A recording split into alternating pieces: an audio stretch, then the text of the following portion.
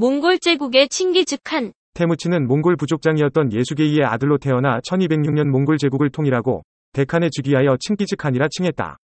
카라키타이, 호라즘이 자리하던 동서투프키스탄, 남러시아의 서아시아의 일부, 황허 이북의 북중국, 만주, 몽골을 아우른 대제국을 건설했다.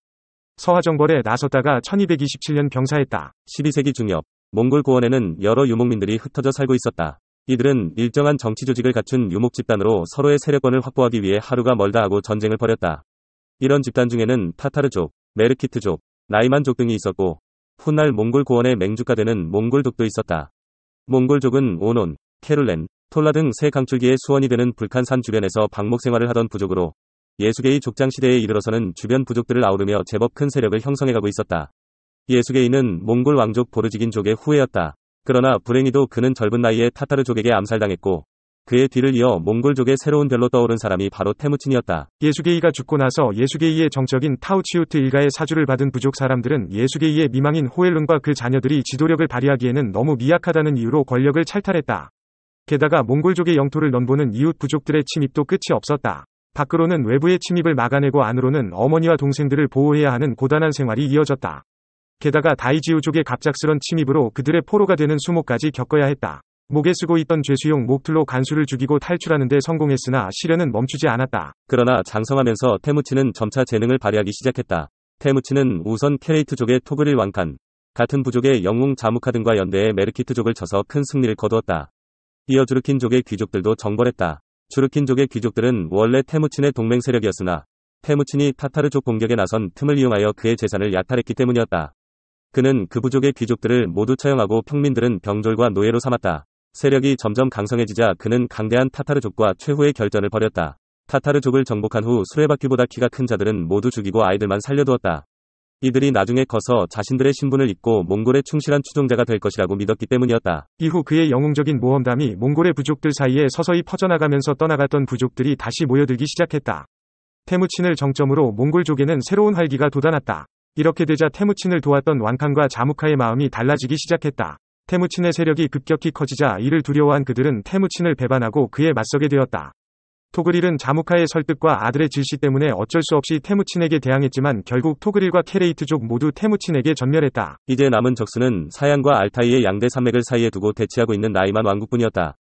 나이만족은 이슬람 상인을 통해 서아시아의 여러 나라와 교역하며 불을 쌓은 민족으로 왕칸이 이끌었던 케레이트족이나 타타르족을 능가하는 세력을 형성하고 있던 나라였다. 1204년 태무친은 몽골의 남쪽에 있던 온구트족과 동맹을 맺고 동맹군을 결성하여 나이만 왕국을 침공했다. 나이만 왕국의 지배자였던 태양칸은 자무카와 연합하여 대군을 몰고 나와 태무친에게 대적했지만 결국 그의 앞에서 처참히 참수되고 말았다. 반역자 자무카를 사로잡은 후 태무친은 지난날 자신을 도왔던 그와의 정리를 생각해 그가 죽을 때 피가 튀지 않도록 하라는 지시를 내렸다고 전해진다. 1206년 따뜻한 봄이 찾아오자 오논 강가에서는 몽골의 새로운 주인을 맞이하는 성대한 의식이 열렸다. 태무친이 데칸의 지위에 올라 스스로를 칭기즈칸이라 일컫게 된 순간이었다. 그의 나이 45세, 몽골은 젊고 용맹한 주인 아래 새로운 국가로 탄생했다. 칸의 자리에 오른 칭기즈칸은 우선 시조제로 편성되어 있는 사회 구조를 해체하며 천호제를 바탕으로 하는 군사 행정 조직으로 개편했다. 천호제는 천호장에 의해 지배되며 천호장은 그의 밑에 백호장과 십호장을 두고 자신의 지역을 다스렸다. 일종의 봉건 사회인 셈으로 칭기즈칸은 천호장만 관리하면 되었고 보다 능률적인 관리가 가능해졌다. 아울러 캐시크테이라는 친위 부대를 만들어 자신의 경호를 담당하게 했는데 그 수가 무려 1만 명에 달했다. 내부 체계를 정리한 칭기즈칸은 대원정길에 올랐다. 우선은 바이칼호 주변에 있던 소수 민족들을 차례로 굴복시키고 1210년에는 서아국을 복속시켰다. 1211년에는 숙적 금나라를 침입하여 90여 개의 도성을 순식간에 초토화시켰다. 칭기즈칸이 금나라의 수도인 중도를 포위하자 금나라 임금 선종은 1214년 결국 매해 공물을 바치기로 하는 치욕적인 화의를 청했다. 칭기즈칸은 보상금을 받고 잠시 물러갔으나 1215년 다시 침입하여 이번에는 북경까지 점령했다. 그 후 중국 북부 지역을 완전히 장악하는 임무가 부장인 무칼리에게 맡겨졌다.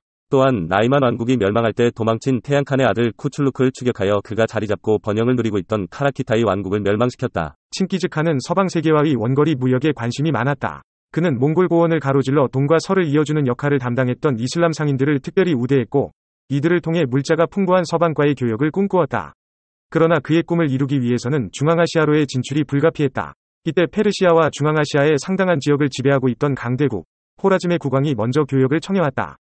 이에 칭기즈칸은 450명으로 구성된 대상을 호라즘에 보냈지만 그들은 모두 호라즘의 국경지대에서 살해되고 말았다. 대노한 칭기즈칸은 1219년 곧바로 군사를 몰아 호라즘 원정에 나섰다. 호라즘 국왕은 40만 명의 군사를 일으켜 이에 대항했다. 그러나 칭기즈칸이 이끄는 몽골군의 맹렬한 진격 앞에 호라즘 제국은 완전히 붕괴되었고 페르시아와 중앙아시아는 초토화되었다. 호라즘의 국왕 무하마드 샤는 칭기즈칸을 피해 달아나다가 1220년 카스피해안에 이르러 병사했다. 무하마드 샤의 아들 잘랄 우띠는 남은 군사들을 모아 몽골군에 대적했으나 인더스 강부근에서 처참하게 섬멸되고 말았다. 이 전쟁에서 몽골족은 모든 도시를 휩쓸었고 주민들은 몰살되거나 동족들을 몰살시키는 몽골군의 앞잡이 노릇을 하게 되었다. 칭기즈칸이 호라즘 샤를 상대로 무자비한 복수전을 펴나가는 동안 전각과 화원은 황폐화되었고 관계시설은 파괴되었다. 이 전쟁으로 인해서 몽골족은 야만족이라는 악명을 얻게 되었다. 이로써 칭기즈칸은 카라키타이, 호라즘이 자리하던 동서투르키스탄에서 출발하여 멀리 남러시아와 서아시아의 일부를 차지하였고 동으로는 북중국, 만주, 몽골까지 대제국을 구축했다. 고향으로 돌아온 칭기즈칸은 자신의 거대한 영토를 아들들에게 분할하여 지배하게 했다. 몽골은 막내 아들 툴루이에게 주었고 카스피해 북쪽 킵차크족의 거주지는 맏아들 주치에게 분여했다. 카라키타이의 영토는 둘째인 차카타이에게, 나이만의 영지는 셋째인 오고타이에게 분배했다. 이로써 몽골은 차카타이 한국, 오고타이 한국, 킵차크 한국, 이란국으로 이루어진 사한국을 형성하게 되었다. 칭기즈칸은 두 번째로 서하를 정벌하고 금나라 원정길에 올랐다가 1227년 병사하였다. 수많은 부족들을 무릎 꿇게 했던 용장도 병 앞에서 허무하게 무릎을 꿇고 말았던 것이다. 칭기즈칸은 뛰어난 체력, 강한 목표의식, 강철 같은 의지를 가진 사람이었다. 그는 다른 사람의 조언에 귀를 기울일 줄 알았고 사소한 일에 집착하지 않는 대범함을 지니고 있었으며 충성심을 최대의 가치로 여겼다. 무엇보다도 그는 자신의 사람을 고를 때 민족을 가리지 않았다. 그는 동료 유목민뿐만 아니라 정착 문화를 지니고 있는 부족민들까지도 기꺼이 수하로 받아들였다.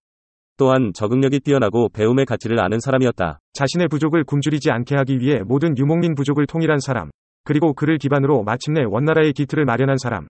칭기즈칸의 업적은 일일이 설명할 수 없을 정도지만 특히 그가 이룩한 몽골 제국이 중세와 현대 역사상 가장 넓은 영토를 구가했다는 점은 주목할 만한 것이다.